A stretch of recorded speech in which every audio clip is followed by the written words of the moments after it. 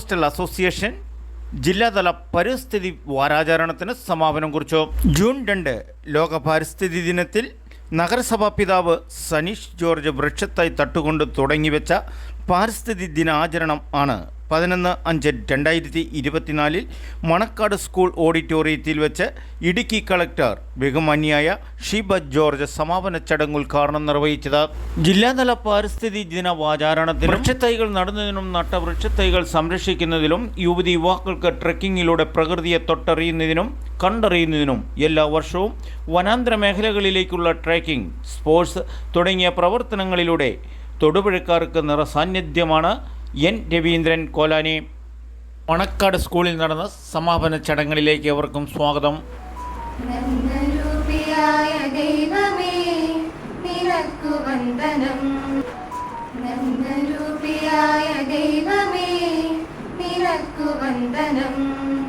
സ്നേഹരൂപിയായ ദൈവമേ നിനക്കു വന്ദനം. ബുദ്ധിയും വിശുദ്ധിയും സ്വഭാവശുദ്ധിയും, ബുദ്ധിയും വിശുദ്ധിയും സ്വഭാവശുദ്ധിയും, ഭക്തിയും വിവേകവും തരേണമേ ദയാനിധേ. നന്മരൂപിയായ ദൈവമേ നിനക്കു വന്ദനം.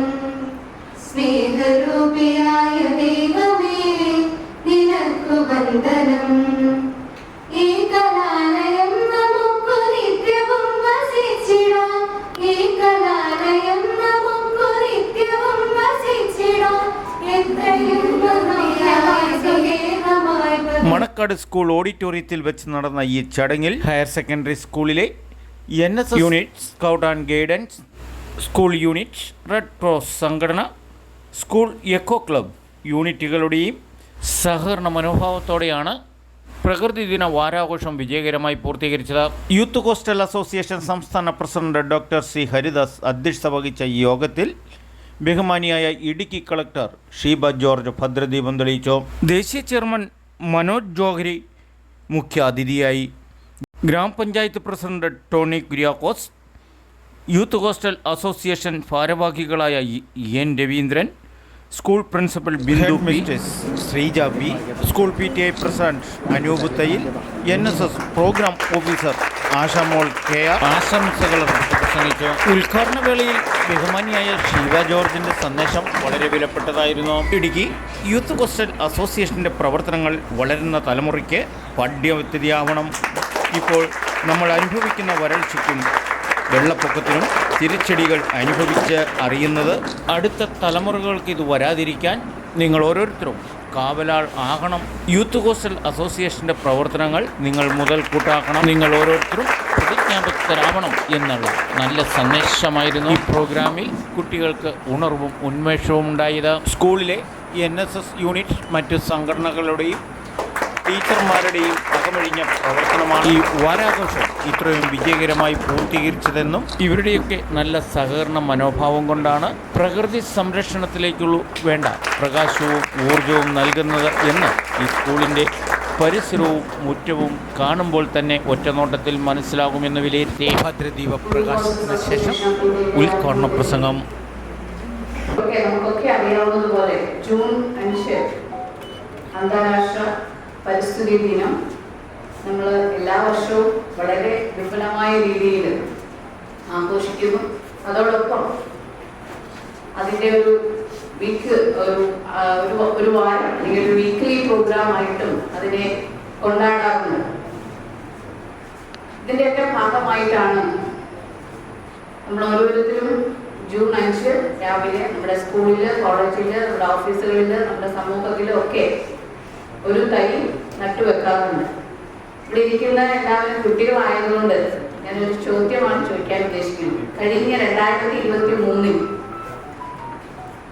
നിങ്ങൾ പലരും ചെടി നട്ടിട്ടുണ്ടാവും ജൂൺ 5. അതിപ്പോഴും അങ്ങനെ തന്നെ ഉണ്ടോ? ആരെങ്കിലും നട്ടില്ല? നട്ടില്ലേ?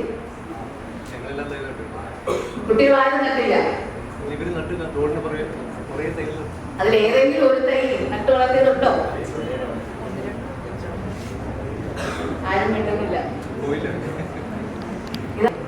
നിങ്ങളെ മാത്രമല്ല, ഞാൻ ഉൾപ്പെടെ എല്ലാ ജൂൺ 5-നും നമ്മൾ വളരെ ആഘോഷപൂർവ്വമായിട്ട് ഫോട്ടോയൊക്കെ എടുത്ത് ഫേസ്ബുക്കിലൊക്കെ ഇട്ട് അല്ലെങ്കിൽ സ്റ്റാറ്റസ് ഒക്കെ ഇട്ട് വളരെ നല്ല രീതിയിൽ തൈ അല്ലെങ്കിൽ മരം നടും. പക്ഷെ പിന്നെ അങ്ങോട്ടേക്ക് തിരിഞ്ഞു നോക്കില്ല. നേരത്തെ ഇവിടെ അധ്യക്ഷൻ പറഞ്ഞതുപോലെ ഈ വർഷത്തെ പരിസ്ഥിതി ദിനത്തിന്റെ ഒരു പ്രമേയം എന്ന് പറയുന്നത് ഈ നഷ്ടപ്പെട്ടു പോയ ലാൻഡിനെ നമ്മൾ റെസ്റ്റോറേഷൻ നടത്തുക എന്നുള്ളതാണ്. നഷ്ടപ്പെട്ടതിനെ ഒന്ന് തിരിച്ചു പിടിക്കുക. പിന്നെ നമ്മൾ കഴിഞ്ഞ വർഷം അല്ലെങ്കിൽ കഴിഞ്ഞ ഒരു 3-4 മാസം മുമ്പ് നമ്മൾ അനുഭവിച്ച ഒരു ഡ്രൗട്ട് ഉണ്ട്, നിങ്ങൾക്ക് അറിയാമായിരിക്കും. വെള്ളമില്ലായ്മ അല്ലെങ്കിൽ നമ്മുടെ കൃഷികളെല്ലാം നശിച്ചു പോയി. ഈ ലോ റേഞ്ചിൽ അത്രയും ബാധിച്ചിട്ടുണ്ടാവില്ല, പക്ഷെ നമ്മുടെ ഹൈ റേഞ്ചിലുള്ള സകല കൃഷിയിടങ്ങളും ഉണങ്ങിപ്പോകുന്ന ഒരു അവസ്ഥയുണ്ടായി. നമ്മുടെ വാട്ടർ, നമ്മുടെ അണ്ടർ വാട്ടർ ഒക്കെ താഴോട്ട് പോയി, ഗ്രൗണ്ട് വാട്ടർ താഴോട്ട് പോയിക്കൊണ്ടിരിക്കുകയാണ്. ഇതിന്റെ ഒക്കെ കാരണം എന്താണ്? നമ്മൾ ചെയ്യുന്ന നല്ല കാര്യം കൊണ്ടാണോ? അല്ല. പിന്നെ നമ്മൾ പ്രകൃതിയോട് ചെയ്യുന്ന ചില കാരണങ്ങൾ കൊണ്ട് പ്രകൃതി നമ്മൾക്ക് തരുന്ന ചില മുന്നറിയിപ്പുകളാണ്. നമ്മൾ ഓരോ വർഷവും അനുഭവിച്ചുകൊണ്ടിരിക്കുന്ന പ്രകൃതിക്ഷോഭങ്ങളും വെള്ളം. ഒരു സ്ഥലത്ത് തന്നെ 1 മണിക്കൂറും 2 മണിക്കൂറും മഴ നിർത്താതെ പെയ്ത് അവിടെ ചെയ്യണ്ടേ? നഷ്ടപ്പെട്ട നമ്മുടെ മണ്ണും എന്താണ് പാറയും ഭൂമിയും പ്രകൃതിയും ഒക്കെ നമുക്ക് തിരിച്ചു പിടിക്കണമെങ്കിൽ ഇന്ന് കൈ നട്ട് അത് വളർന്ന് വലുതായി ഒരുപാട് കാലങ്ങൾ. നമ്മളെ അരുവികൾക്ക് പണ്ടൊക്കെ സ്കൂളിൽ പഠിച്ചുകൊണ്ടിരുന്ന മീൻ പിടിച്ചുകൊണ്ടിരുന്ന ചെറിയ ഇരിക്കുന്നവർക്കൊക്കെ അറിയാം, രവീന്ദ്രനൊക്കെ അറിയാം അല്ലേ? അപ്പൊ ഒരു ചെറിയ മീനൊന്നും കാണാനില്ല. ചെറിയ മീനിന്റെ പുറകെ ഓടിക്കൊണ്ടിരുന്ന ഒരു ഭാര്യമൊക്കെ നിങ്ങളെക്കാളും ഇവിടെ ഇരിക്കുന്ന ഞങ്ങൾക്ക് ഓരോരുത്തർക്കും ഉണ്ടായിരുന്നു.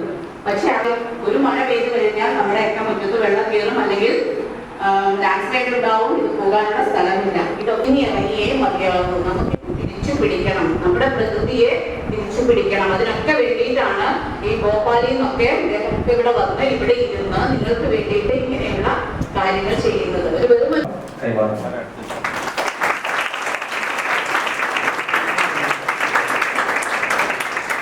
ഈ കാരണ ചടങ്ങിന് സമാപനം കുറിച്ചുകൊണ്ട് ബഹുമാന്യായ ഇടുക്കി കളക്ടർ ഷീബ ജോർജിന് അസോസിയേഷന്റെ ഉപകാരം സമർപ്പിച്ചു. ഈ പ്രോഗ്രാം മുഖ്യാതിഥിയായി യൂത്ത് ഹോസ്റ്റൽ അസോസിയേഷൻ ദേശീയ ചെയർമാൻ മനോജ് ജെറി ഇടുക്കി ജില്ലാ യൂത്ത് അസോസിയേഷന്റെ പേരിലുള്ള ഉപഹാരവും സമർപ്പിച്ചു. Doing this program just because of what the membership fees we are collecting. We are charging 100 rupees for 1 year for the membership. You can please. നാട്ടുരാജ്യ ന്യൂസിനു വേണ്ടി camera reporting തൊടുപുഴയിൽ നിന്നും K Vijayan.